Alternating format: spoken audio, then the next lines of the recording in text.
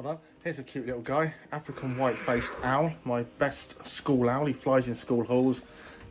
He does everything, doesn't he? He looks like an owl, he has all the attributes to talk about with owls, but pocket-sized, not scary, really reliable as an indoor flying owl, and even sounds gorgeous. Crackerjack, the African white-faced owl. Hello, welcome back to the vlog. I'm at a school near my favourite slow worm and adder site locally in Northamptonshire. Very changed since we made those adder and slow worm videos. It's all grown up, the flowers are coming, and I've got 20 minutes just to enjoy the countryside right by this busy road.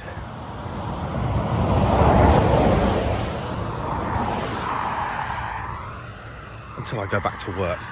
I'll let you know if I find anything.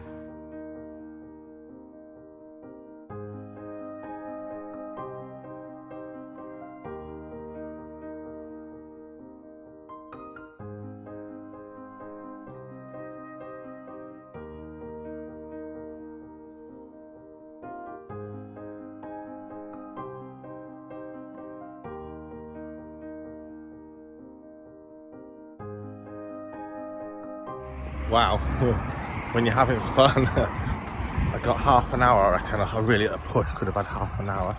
Just checked my phone. I've got to get back to my car. My time's up. Time flies when you're having fun in your lunch break, but it's better than staying indoors.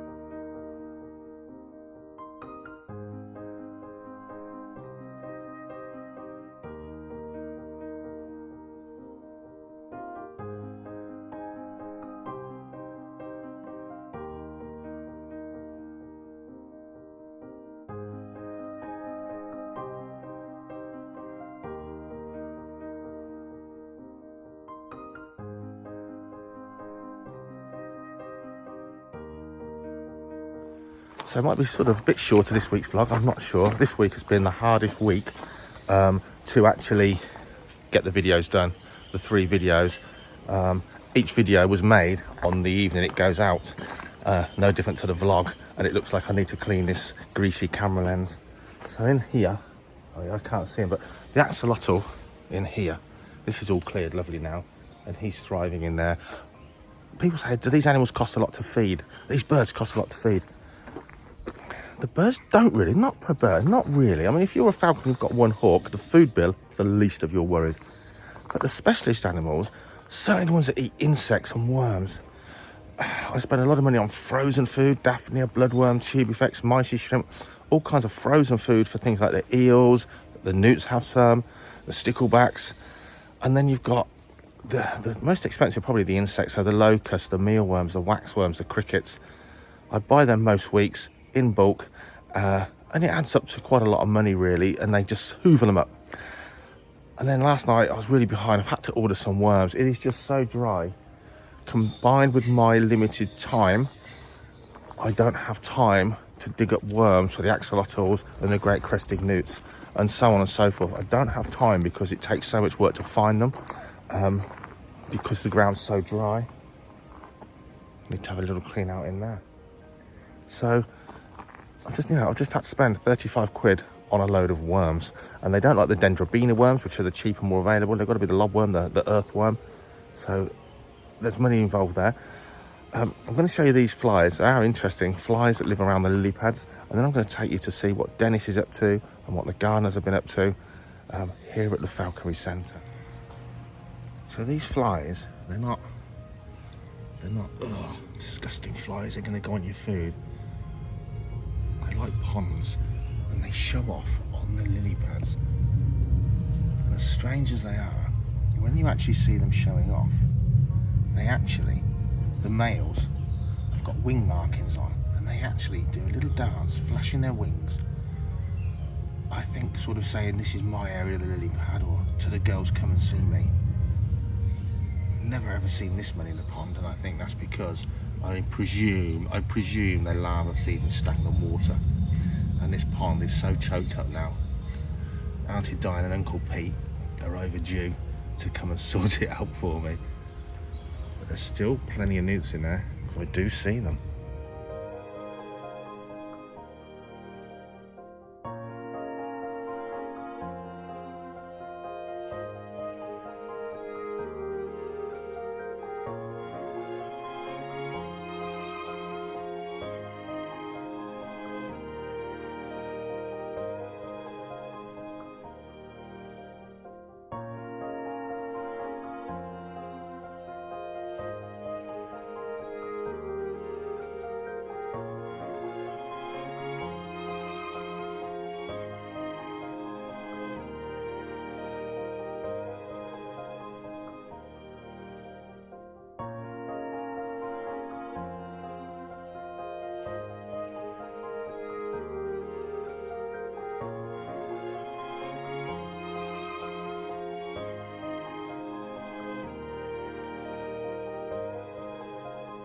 Something else that's going on today, a lovely couple are turning up. We've got a Herman's tortoise with all his paperwork and his indoor enclosure.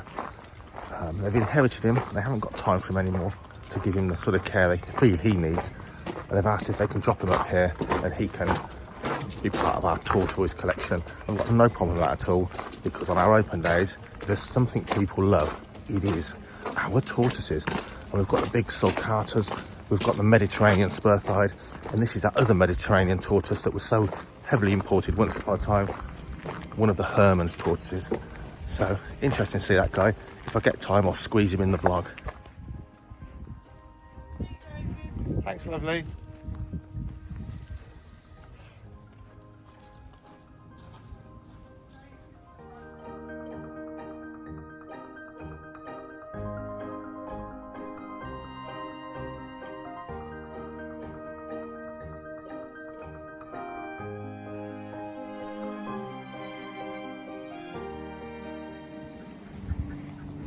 This plant here is hedge woundwort, and as I may have told you already, it harbours the woundwort bug.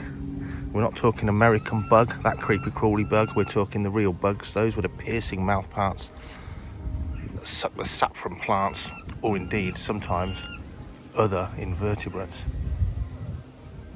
I can't see any in here to show you today. Oh, there's one, strangely, on the buddleia.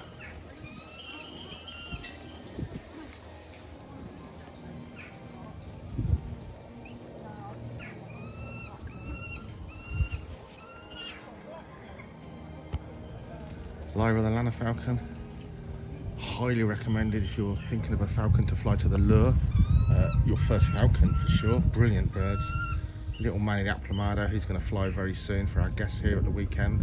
It doesn't get much better looking than an Applomado falcon.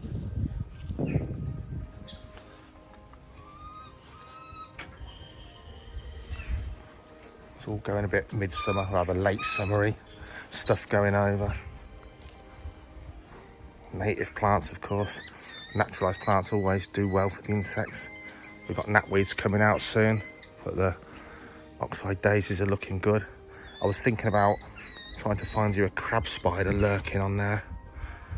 Camouflages itself, sits on the flowers, grabs any insects that come. I haven't got time to search, my eyes are useless, but it does bring me to think, to tell you about something changing at Raptor Exotics, or rather, no, not changing, something additional. Flew Wurzel this weekend. I flew him on Friday, and he's managed to knock his wing on his bath and his muse. I've took that out. He's bruised his wing joint, and he was flying rather uselessly, so he's on a rest. He's having a fatten up, and then in a few days he's going to go back to short clearance work to get that joint moving. You get a bit of inflammation, but you need to get those joints moving again. Just like us, really. You're better off using it than losing it. If you get a bad back, laying on your back, he's not going to fix your bad back much. Let's go and see what's been going on. Mud turtle. So all the heat we've had in the shade in this enclosure, 34, has been the hottest, and look at that. It's almost there today at 11 o'clock in the morning already. It's going to be a scorcher. The snakes are all underground. Oh, there's a little bit of a bull snake in the shade over here. It's going to be a scorcher today, and then we're dropping down by about 10 degrees this week. Don't think the viperines will be out today, and the same with the smooth snakes. But look at this. Come and have a look. Jackie's latest edition.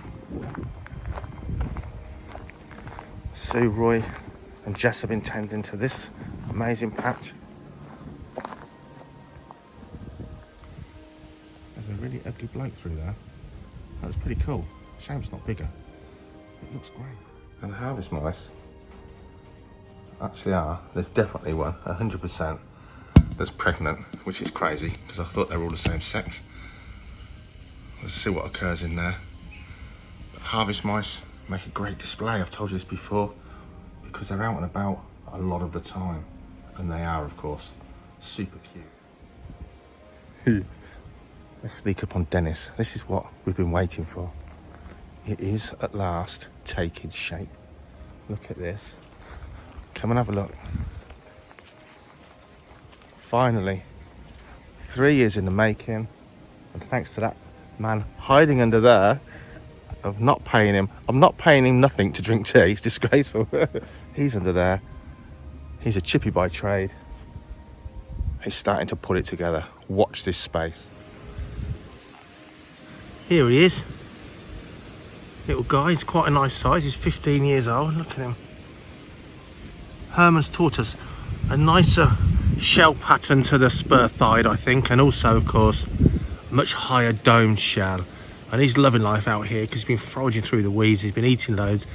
His little beak needs a little trim off, but other than that, lovely sprightly little boy. Great for the collection here, because here at our weekend openings at the Falconry Centre, I've got to tell you, the tortoises rule. People of all ages obsessed by them.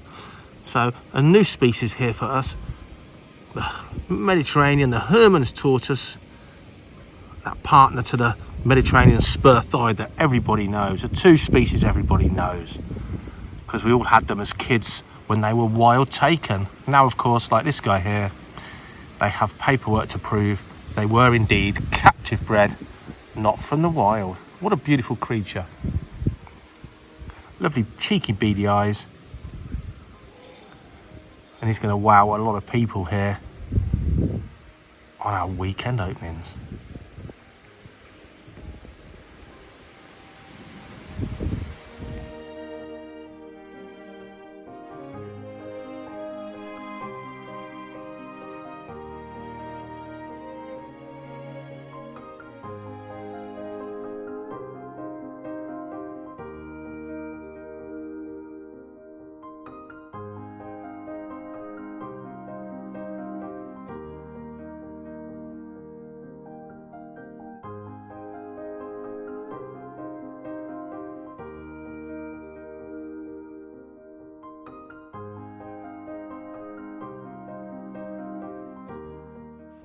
This bird here, this is Sky.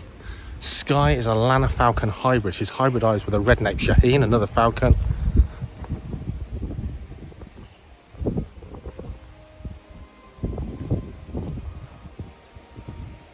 Beautiful bird. Let me show you a Lana Falcon purebred. Ready? Whoa. So, that's a raptor. I've just flown a peregrine in the last display. First really windy day this year for that bird. She stayed on the wing. She's unfit, remember, but she stayed on the wing for ages, just playing in the wind. Literally came down when she felt like it. This is Lyra. Lyra's a different bird to a peregrine. She's still one of the bigger falcons. Europe and Africa, two subspecies. Lyra here, if you are an aspiring falcon and you want to fly a lure falcon rather than a Harris hawk hunting or following on, you maybe don't want to be a hunting falcon, and you just want to fly and work with birds of prey and learn about them. Lana falcons for lure flying, they're right up there. They are lovely to the lure, but a little bit buoyant and a bit slower than some, so easier to train, or rather easier for you as a beginner to learn lure swinging and how to swing a lure. This sort of weather, or certainly muggy muggy warm weather, these guys will thermal and stoop to the lure like a peregrine stoop, and it is eye-watering. It's one of the most spectacular things in the natural world. Lanners do that excellently. What else can I tell you? The only downside is lanners like to dribble their poo straight down. They don't even bother just squirting it a tiny way away. They just dribble it down. It tends to go on their leash and their kit, which often becomes a daily grind of cleaning their jesses. Ugh. But other than that, sweet, sweet natured birds. Really, really lovely birds to be around. And for sure, not only for you to see flying if you're not a falconer but you love birds of prey, but a bird to work with that would interest you if you're passionate for the whole of its sort of 25-year lifespan. Whereas, as I've just said to our guests, getting an owl as some kind of trained pet, a waste of time. You'll be bored of it by 4 months, and it will live a boring, sad life down the bottom of the garden in the shed or something. A lanner, even just flown to the lure, is exciting, dynamic, and it never changes. So this weekend's a wrap. The vlog's a wrap. Like and subscribe. Check out the playlist, and I'll see you guys soon. But for me and Lyra, it's time to get in the shade, have a shower or a bath, and a little bit of a drink for sure. And yes, I am still off the beer, a non-alcoholic beverage from me. Boo-hoo. So this is how hard my life is today. A really long, hot day working at the falconry centre open to the public. Fish and chips on the way home. No time to stop. Cleaning these exoterras out. These had snakes in them. They've been empty for a while. Absolutely filthy. Well, grimy. So this one still needs more work because of the hard water we spray here. Sometimes on some of the snakes, it's hard water area, and you get the calcium carbonate builds up, just smears on the glass. Best to use reverse osmosis water for that. So 2 foot, 18 exoterra. This is the plan. It's going to be set up. It's going to be set up sort of rainforest, bioactive, and this is the plan. Very, very nice spiders are going to live in there. I'm not telling you what. They should be here next week, maybe the week after. I've got to crack on. But let me just turn you around a second. Hold on. So in here is a curly hair tarantula, grown on from a tiny spiderling. He's getting quite big now. Have a look. He's still got a long way to go. And he's great. And he comes to schools. He usually stays like this. I take the lid off and show him around. I've also had tarantulas that grow big. Classic tarantulas like the red knee that I can get out and handle. I've been keeping those guys since I was 16. And unfortunately now, I'm really allergic to their urticating hairs that they flick off their abdomen to deter predators. They're irritating hairs. I get a terrible rash all around my neck, and it drives me insane for a week. So, the problem is, a lot of these New World, there he goes, little swine, these American tarantulas, they're pretty docile to handle.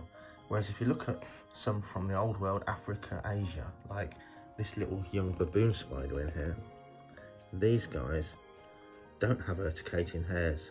Great, I'm not going to get a rash. The trouble is, they are incredibly, or very often, he's coming out and moving, so that's why I'm destroying his house. These guys are very often incredibly fast, incredibly bitey, not irritating, so they know that, so they just go on the offensive. Hardly something you can handle or even to show to any kids at school. Some of them you wouldn't want to drop on the floor because it will sprint away to shrieks of panic.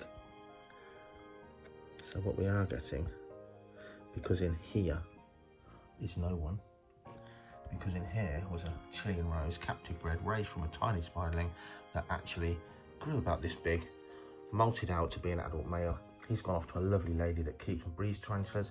She's going to send me some different kinds of baby spiders back soon. But I've also got some beautiful ones to show you as mentioned. But for now, this guy's having a slight upgrade. Very carefully done. I'll keep you posted on the absolute gorgeousness of spiders very soon. Thanks for watching everyone. Thanks for bearing with. Check out the playlist and I'll see you soon.